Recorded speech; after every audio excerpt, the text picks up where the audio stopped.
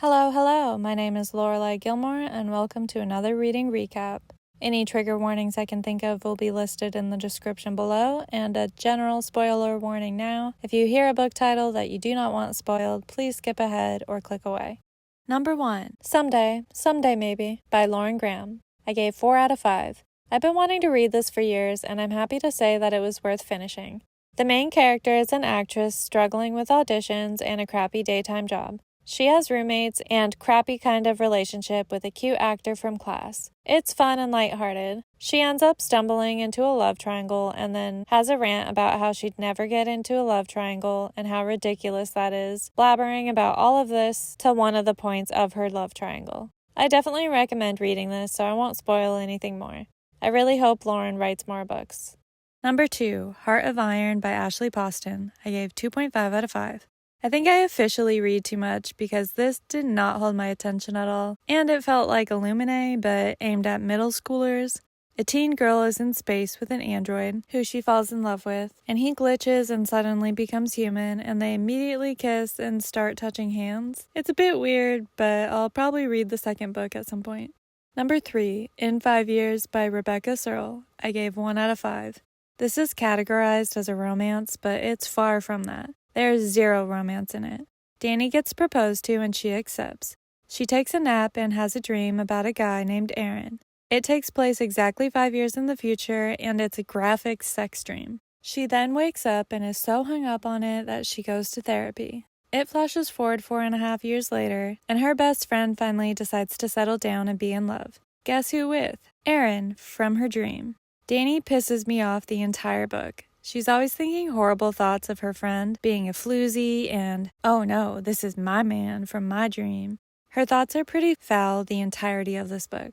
Her and her fiancé still haven't gotten married. How could she after that sex dream that she became weirdly obsessed with, so she panics after seeing her best friend with the dream guy and starts planning for her wedding in December, 5 years after the engagement. Her best friend thinks she's pregnant, and when she goes to hear the heartbeat for the first time, she finds out that she's not only not pregnant, but she has ovarian cancer. She gets brutally sick, and one day she tells Danny she's going to a Broadway show, and Danny, being the sadistic bitch that she is, tells her no, so Danny gets banished from the hospital for 3 weeks. They rekindle after a few weeks once it's clear that she's gonna die. The best friend, her name's Bella, and Aaron get engaged for once she's better, which is such bullshit. Bella tells Danny that she's not really in love with her fiancé. Bella's saying that about Danny, that Danny's not in love and has never been. You should be real with your best friend, but that's a bit rude. Danny and her fiancé break up and she moves in with Bella and Aaron. One day she goes there and all of her shit is gone. Aaron tells her to meet her at the apartment from her dream. Once she gets there, she explains that Bella bought the place for her and had it renovated for her, and then they kiss. Bella's thoughts are, how could we have avoided this? Like, oh, whoopsies, accidentally made out with my dying best friend's fiance in the nice apartment she bought me and renovated for me. These people are awful. A bit later, Bella dies, they go to the funeral, and the next day, Danny and Aaron fuck, just like the dream said they would. Excuse me, go to hell, both of you. He even says afterwards, Bella would be laughing so hard at this right now. And Danny says, only if she didn't kill me. What the hell is wrong with these people? I hate them, and I hope Cassie haunts them for the rest of their lives, but I don't even want her to waste her ghost life doing that. I hope she hires other ghosts to do the haunting for her. This is so messed up, and it's labeled as a romance? Where? I don't think this author is for me, and the people who labeled it as a romance don't know anything about romance. Number 4, The Mime Order by Samantha Shannon. I gave 3 out of 5. I enjoyed this passively, but I could barely grasp what was going on. This is the sequel to The Bone season, which I read last year. All I remembered was clairvoyance and that there was a disturbing virginity scene that ruined the rest of the book for me. I've read about 50 books since then, so I was a bit lost in the universe during this one. Luckily, no disturbing sex scenes, so I like this one more. I felt like I've read it before, though. Not much originality, but I did still like it. Paige is our main character, and she escapes one prison to go be under control of someone a little more lenient with other survivors. She has to hide that she's clairvoyant, and there's a huge battle at the end that she wins. I'm not sure what's happening, but I'll probably read more of the series still. Number 5, Gilmore Girls At Home in Stars Hollow by McCall Ostow. I gave 3 out of 5. This would be cute as a gift, which is luckily how I got it. It's a picture book of Gilmore Girls. The website mine came from had called it a prequel to the show, but unfortunately it's not. It shows their tool shed, which we already knew in the show, and showed a bunch of scenes from the show in passing, but in picture book format. This unfortunately doesn't add anything to the story of the show. I also finished it in 15 minutes. Cute as a gift for fans of the show, but I don't think it's worth buying for yourself. Number 6, Things We Know by Heart by Jessi Kirby. I gave 4 out of 5. I used to love a movie called Searching for David's Heart, where someone was on the hunt to find a heart recipient. This book is basically that, but throwing in a morally dark, intense romance. Quinn's boyfriend dies and Colton gets his heart. Colton had signed papers requesting to stay anonymous and have no contact. Quinn went against those wishes, found him, and wrote him a letter. When she didn't receive one back, she went looking for him. She changes her mind about approaching him, but accidentally meets him and runs into his van while trying to leave. Somehow, the parking lot hit was so hard that she needed stitches, so he takes her to the hospital. While there, the nurses are very inappropriate, mentioning that he's a regular. I'm pretty sure that's illegal. Just say hi and respect his privacy. She runs off afterwards, and he shows up at her house the next day because the nurses gave him her address. Can we fire these nurses, please? She initially rejects his requests to hang out, but then she shows up at his work the next day, and they spend a couple of weeks together almost daily. They get really close and even kiss. One day, Quinn overhears a conversation with Colton and his sister about his health, so he opens up about his health issues, not knowing that she already knows.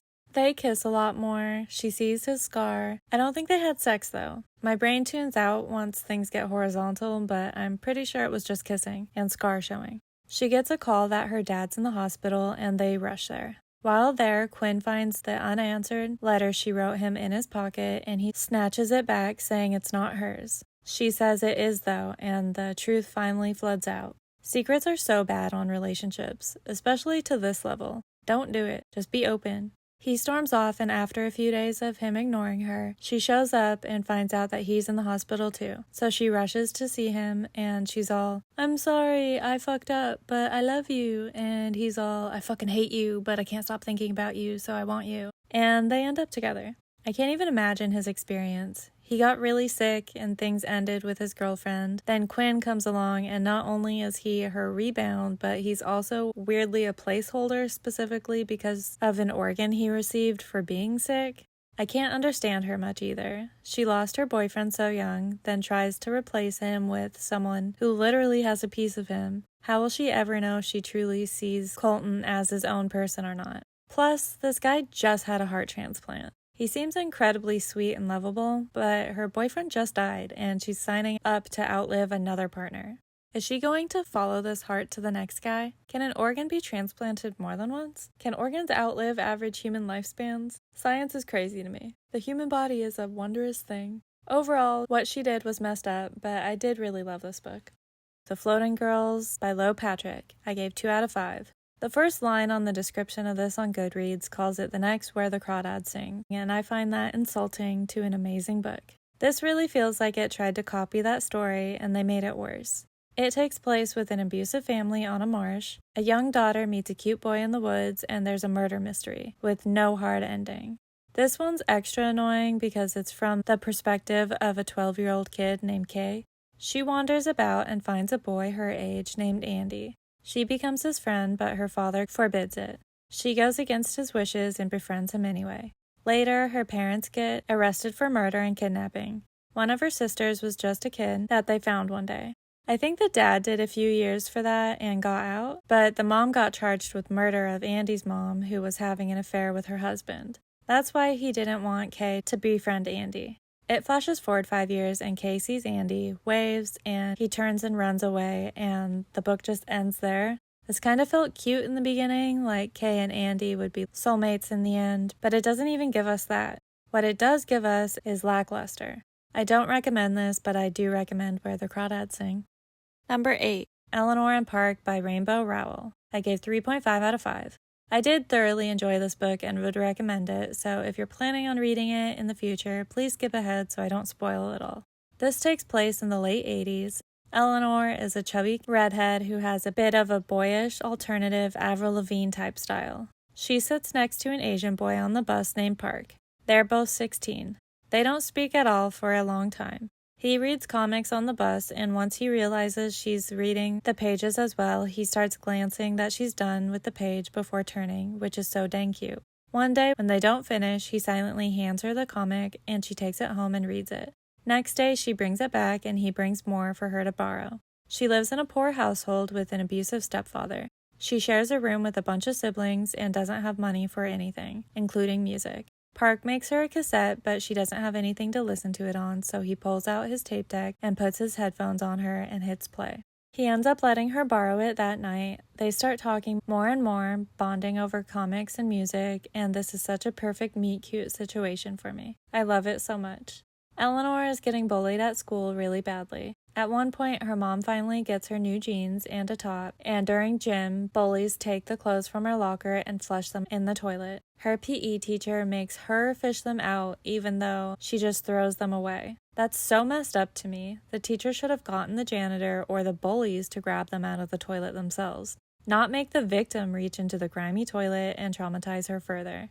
Eleanor is getting weird messages written on her things often. Really vile things like that she's a whore and smells like cum. She's a virgin at least, but those words can still hurt even when they're not relevant. She finds comfort in Park. His mom doesn't like her at first, but they end up getting a bit closer, and his mom starts playing with Eleanor's hair and makeup when she's over, and his dad tells her to just come over every night for dinner instead of waiting to be asked. One night she goes home, and her stuff's been ransacked through with vile notes written on everything, and it's clear that it's her stepdad that's been leaving them, so she runs away. She goes to say bye to Park, but he insists on driving her to her uncle's where she's running away to. On his way out, his dad catches him, and he explains that Eleanor's stepdad is sending her sick messages and is abusive towards her and her mother, so he tells Park to be safe and call him when they get there. He adds that if her uncle won't take her, to bring her back to Park's house instead of her house, and they'll figure out what to do together. He drives her there, and she's accepted in, so he leaves.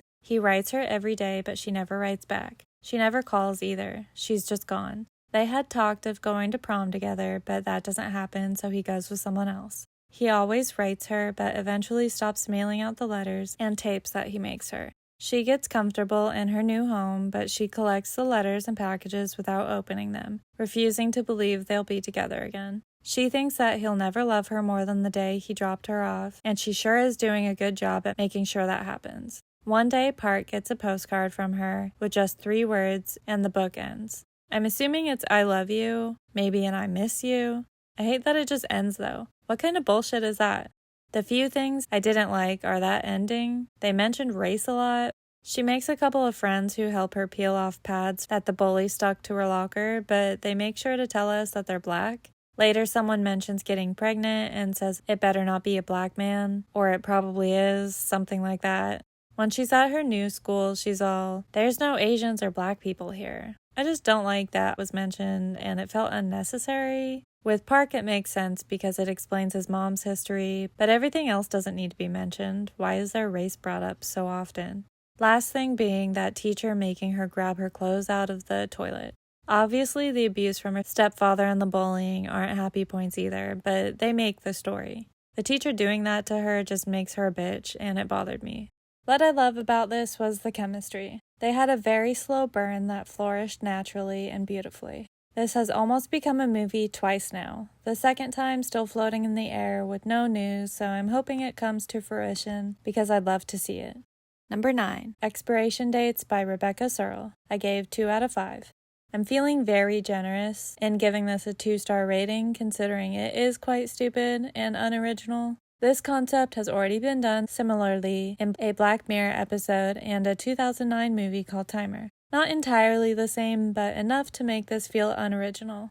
Expiration Dates is about a woman named Daphne who gets little slips of paper when she meets guys that tell her exactly how long it's gonna last. We're told her entire dating history, it seems, and it's confusing to hear so many stories of different guys. I didn't know who was her constant best friend until the second half of the book. That would be Hugo.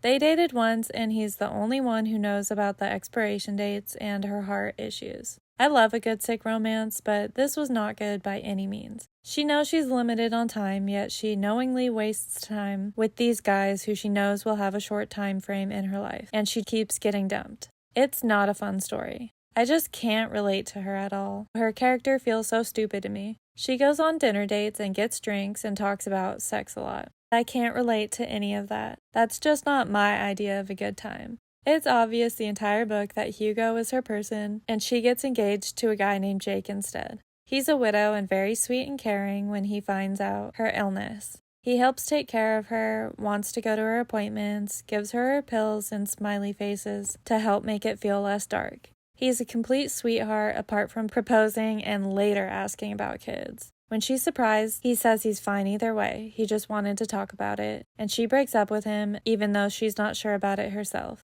As someone with health issues, I don't believe someone with them should carry their own biological children. It's selfish to condemn someone to a life of suffering when you could easily save a child from suffering and adopt. She focuses more on that. She's not supposed to carry them due to her heart, and the details aren't really discussed further. You should definitely talk about kids before you propose to someone. He was willing to stay though, but good on her for ending things. If he cared enough to bring up the possibility, it will become an issue down the line. So sad though, since he was so perfect for her in every other way. She finds out Hugo had forged her expiration note for Jake. It was really supposed to only last 3 weeks, but he wanted to prove to her that she had the power all along. It flashes forward a little over a year, and Daphne is meeting up for coffee with Hugo, and on her way she gets a little piece of paper. Without reading it, she just starts laughing, and the wind carries it away from her. I feel like this is supposed to feel more profound than it is. It's stupid, but okay as a passive background listening. Number 10, All the Bright Places by Jennifer Niven. I gave 1.5 out of 5. A few years ago, I watched this movie, rated it 4 stars, and had forgotten the plot. With the memory of this washed from my brain and a 4-star movie rating, I thought I should try this book, and I wish my memory could be washed again. Violet loses her sister in a car accident. One night, she's on a rooftop contemplating jumping when her classmate Theodore shows up and coaxes her down. People on the ground see, and he pretends like she's saving him instead. They partner up on a school project where they're supposed to be seeing places. Seems like a weird assignment to me since it requires a lot of transportation, but okay. We hear Theodore's sexual thoughts about Violet way too often for a YA novel. They start kissing more. Violet's a virgin and says they need to wait, and Theodore whines, "How long?" And I was deeply disturbed thinking about these children having sex, which, yes, they end up having multiple times. Then one night he wants to go on a long drive spontaneously, and she asks him to wait for Saturday, and he snaps back all rudely, saying he doesn't even want her to go anyway. He swallows a bottle of pills, pukes them up, goes to a suicide group meeting where he runs into another classmate, Amanda, who then tells Violet. Violet tries to talk to Theodore, but he shuts her out. She's in a panic and tells her mom, who tells his mom, and he runs away and actually kills himself. What the hell is this book? I don't understand the point of it in any way. Her sister dies, she's traumatized, falls for a guy who doesn't even treat her well, is always in fights and being an ass to her, and then he kills himself, leaving her more traumatized. Then there's him, who's later revealed to probably be bipolar. He helps cover for her suicide attempt, treats her like shit, takes her virginity while being a mopey ass, and then kills himself, leaving her way worse off than if she had jumped in the beginning. It's also a weird message about bipolar disorder. It's great they don't try to make it out like love fixes bipolar struggles, but I think there's a better alternative than let's just have him kill himself instead. I just don't understand why this book exists, and now I need to rewatch the movie because I'm so curious how I could have rated the movie of this so high when the book is so horrible. Also, the male lead is described as so pale he's translucent, yet they cast Justice Smith. Pretty sure there were more important things in the book to change for the movie adaptation than the white leads. That's all for now. Happy reading!